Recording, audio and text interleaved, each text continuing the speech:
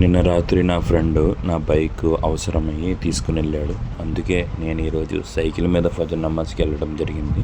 Cycle మీద వెళితే 9 నిమిషాలు పట్టింది. అల్హమ్దులిల్లా. ఏ వ్యక్తి అయితే ఆహారంలో బరకత్ కావాలని అలాగే ఆయుష్ పెరగాలని కోరుకుంటాడో ఆ వ్యక్తి తన తల్లిదండ్రులతో మంచిగా వ్యవహరించాలి. అలాగే తన బంధువులతో బంధుత్వాన్ని కలుపుతూ ఉండాలి.